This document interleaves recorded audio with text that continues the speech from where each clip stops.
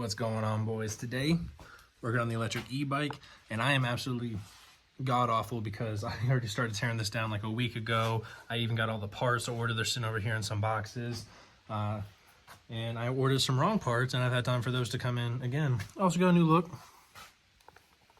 Anyways, we're not gonna focus on that. But yeah, so I already got. Let me get a little bit closer so you can actually see it. I already got the electric throttle hooked up. Got the brake lever hooked up and mounted, but we still have to run the caliper once I get the rear axle back in. Also got a voltage meter and a key on ignition switch. In this bag, we have all of our chains, chain links, even got a chain breaker. And that's it in this box. Over here, we got a new seat. Old plastic is gonna reuse. Here's the electric kit. So this is a 60 volt, 2000 watt kit. It came with the motor, controller, and all the battery connections. Everything's labeled. I want to say I got this with the battery and all for $200 or so off of Amazon. I am still waiting on the battery for this, but the goal is to have this done by Christmas. And if you know what you're doing, being a fabricator, which I'm not, you would be able to have this done in probably a day or two because it's such a clean little platform. You know what I mean? I mean, you have so much space to mount a battery tray or put the controller up here, like the motor, like there's so much room. However, I work too much and I have a hard time getting time off, spending money. That's why it's going to take me up until Christmas most likely. Now I have everything, so my goal is to at least put shorts out, and this video is probably not going to be very long, and try to at least get, you know, 2 hours in on this. I do have to do a little bit of fabricating today, so you will be able to see some of that, and we will have to take some stuff up to the shop.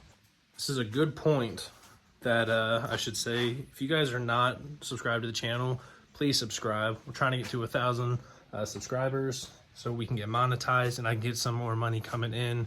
That way I can provide better content for you guys. But like I said, right now I work too much and a lot of these parts are not cheap, especially at my level. I don't have any income other than me working, and keep in mind I still got a whole family to provide for.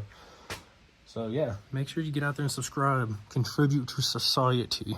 So anyways, this is the sprocket I got with the kit. It is not going to be big enough, so unfortunately had to go with a bigger sprocket, but now it is too big. Quick rundown, show you guys how this works. So you got the axle right here, and you got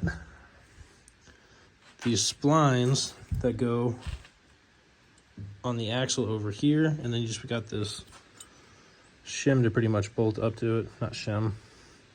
You got this like sleeve, collar, whatever. And when I got this one, I didn't even measure, but I did finally get my micrometer. This is like 36 millimeter, and this is like 56. So I couldn't find anyone that had the 25H chain that was going to be small enough to fit on the rest of this. So I'm gonna have to figure out a way to modify this to fit on this collar. And I can't use the bolts either, unfortunately, because of the way they line up. As you can see, that if I were to just drill out a spot for each of these bolts, it wouldn't be very strong. So we're not doing that. I'm gonna find a way to either weld this. I don't even know if I can weld this material, but we're gonna try to figure it out.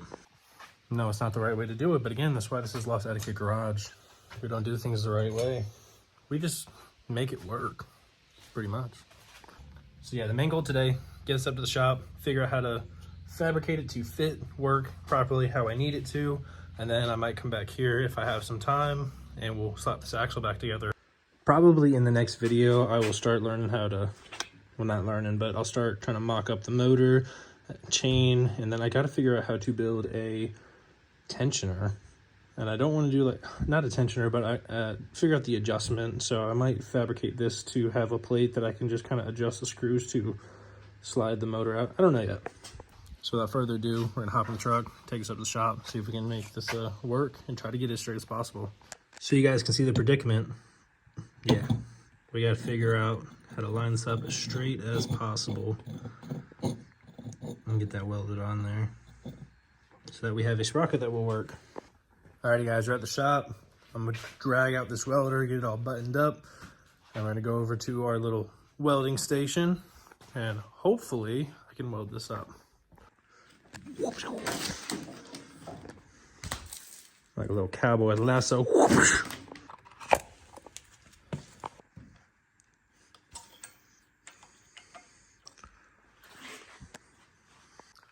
Before I show you this, remember, I am not a professional. I'm just trying to make work with what I can right now. So feel free to laugh. Tell me how stupid I am in the comments. So I found these little spacers here, and essentially they are all 4 the same diameter. And I put them on the edge in 4 areas. That should get it somewhat centered. And then I'm just gonna hit a couple tacks, and then I'll take them out and then try to weld up the rest of the way. Now, fingers crossed that it actually works.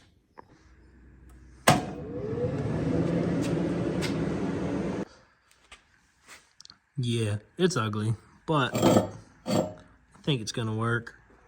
Remember, I ain't doing show quality stuff. We ain't doing things right. I actually decided to do another pass real quick because I didn't feel I had actually got enough contact. I didn't want anything to break. Of course, I don't care how ugly anything is as long as it works right the first time, it doesn't break. And there we go.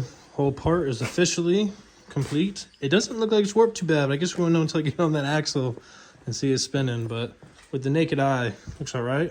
Last piece we're grabbing before we head back to the house was a cotter pin because I need that to hold the castle nut on so we can throw that axle back together. So we're gonna head back to the house and see if she goes back together. Okay. All right, guys, we are back at the house. Got all our parts. Try to see if we can get this axle slab back together. First, we're gonna disassemble the axle. Then, should be able to slide everything on as such. Boom. Perfect. Should then, I need 2 hands for this. It is not budging. I ain't asking. Nasty. All right, so I got the axle in. The bearings actually were seized a little bit, but got them good, lubricated, we're good to go. So guys, so far that don't look too bad. I think it's gonna be enough. Looks pretty straight to me, what do you think? A little bit of a wobble there, but oh well. All right, next, go ahead and get caliper back on. Had to use a second hand to get that on, but that is now on. Go ahead and tighten the caliper bolts, or I said caliper, it's a rotor. Gotta get the rotor bolts tightened back down. And then we can put the sleeve on, which is right over here, which is filthy. Put that on, and then we can actually get the wheels on, and then the brake can route it and mount it back up. If only I could afford to pay a cameraman, I could have a lot better angles and have a lot more filmed all the time because I can just focus on doing the build. Maybe one day. All right, I got this one wheel on. I had to fight with it a little bit. Got it to go work pretty good now. These axles are kind of janky, so it's all held together by the nuts on each side. So you got a collar here, goes through, collar to the rotor, and then you got this weird spacer here, and it's got little splines that actually can hold onto the rim. If you over tighten it, it squeezes the axle too tight, so obviously there's spec, but I got it backed up just enough that it rolls fairly good. We're gonna leave it at that. Gonna get this other side on, and now I'm gonna worry about routing, excuse me. Then we're gonna worry about routing the brake cable and mounting it up and getting brakes. So I ran into a little bump in the road because I used the spacers for the left side wheel over on the right side. God, that's so confusing. Over on the right side because it was kind of messed up on the spline, so I kind of had to space it on the nut side to pinch it enough for it to actually grip that wheel. And hopefully that won't be an issue later on. But then I didn't have what I needed for the left side over here. Luckily, my dad keeps stuff like that laying around. We got just what we need right there. And we can go ahead and snug all that up on this side. We're gonna call the axle done. All right, so I got everything together, ran into another problem. You see how these are all messed up? That's the issue I'm having. And when I put this piece on, goes like that, there's just a hair enough on this that I can't get that to snug on and tighten. So I'm gonna sand this down. I'm talking like 1/8 of an inch, and then I should be able to get that on there enough to where it'll bite, because right now that wheel's just spinning, so this would be the only driving wheel. We don't want that. All right, so I am still machining some of this down, but my batteries died on my angle grinder with my floppy disk, so can't do that. So for right now, I'm gonna start mounting up this brake. You know, thank God, you know, like I hate on Chinese stuff because it's pretty crappy versus the Japanese, but I bought this caliper online for a 110 four-wheeler from Amazon, and it's a direct fitment. You can't beat that. All right, so fun fact, it was not direct replacement, but I was able to rob the mounting bracket off of the old caliper and pads, because the pads were slightly different, but the old pads weren't actually terrible, and I made it work. Just gotta tighten that up, and then hopefully that battery over there is charged enough that I can completely machine down this and get this mounted. It's hard to show you right now because I only got one hand to spin, and this is slowing down the axle dramatically because it's not even on there, but brakes do work. And alrighty guys, we have got it dialed. Brakes are working. No more wobble in that wheel. Whole axle is solid.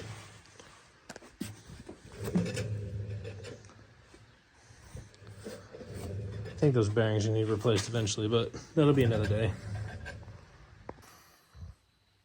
Last thing to do is put these little cotter pins in, and we're gonna call it good.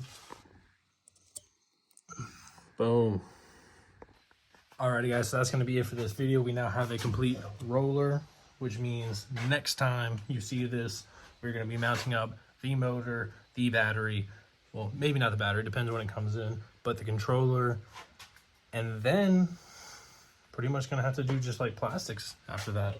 So thank you guys for watching. If you enjoyed the video, make sure to like, comment, subscribe. If you hated it, tell me how much you hated it in those comments. Let's get those analytics and views up for me.